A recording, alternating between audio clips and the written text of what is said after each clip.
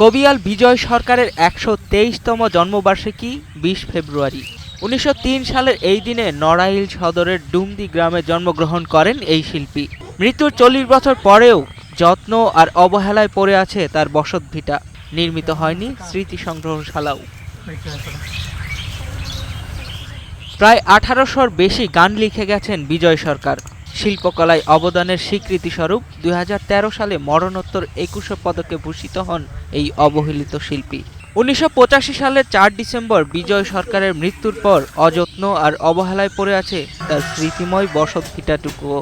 এখানে একজন লোককবি শিল্পী বিজয় সরকারের বাসস্থান বা তার বসত বাড়ি, এটা আসলে খুব নাজুক অবস্থায় পড়ে আছে। এটা উনি মৃত্যুর পরে এটা দেখার কেউ নাই, বা এটা সংস্কার আর কোনো উদ্যোগ আমরা কাউকে দেখি না।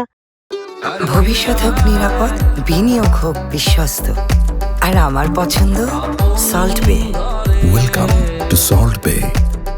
আমি জেলা প্রশাসক বা টিওনো সাহেব যারা আছেন, নড়াইল জেলার যারা প্রশাসনিক কর্মকর্তা বা আমাদের ইউনিয়ন পরিষদের চেয়ারম্যান, এদের কাছে আমি সবিনয় অনুরোধ করব, একটা বিল্ডিং বা একটা মঞ্চ বা একটা পরিবেশের সহিত সুন্দর করে একটা ভবন করা যায়, বা চারি সাইড বাউন্ডারি দিয়ে ওয়াল করে ঘিরে রাখা যায়।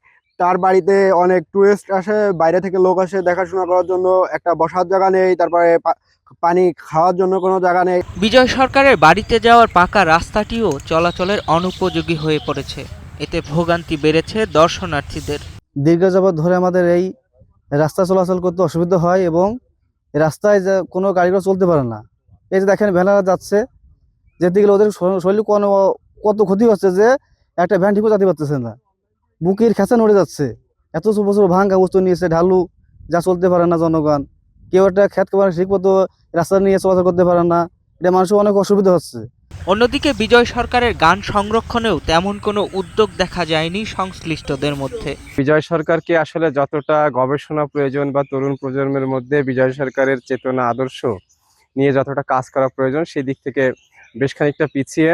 আর সরকারের পক্ষ থেকে বা শিল্পকলা একাডেমির পক্ষ থেকে বিজয় সরকারকে নিয়ে গবেষণা বা তার গানকে যুগ থেকে যুগান্তরে আরো বাঁচিয়ে রাখতে, তরুণ প্রজন্মের মধ্যে ছড়িয়ে দিতে আরো কাজ করা প্রয়োজন, এটা আমাদের নড়াইলবাসীর দাবি।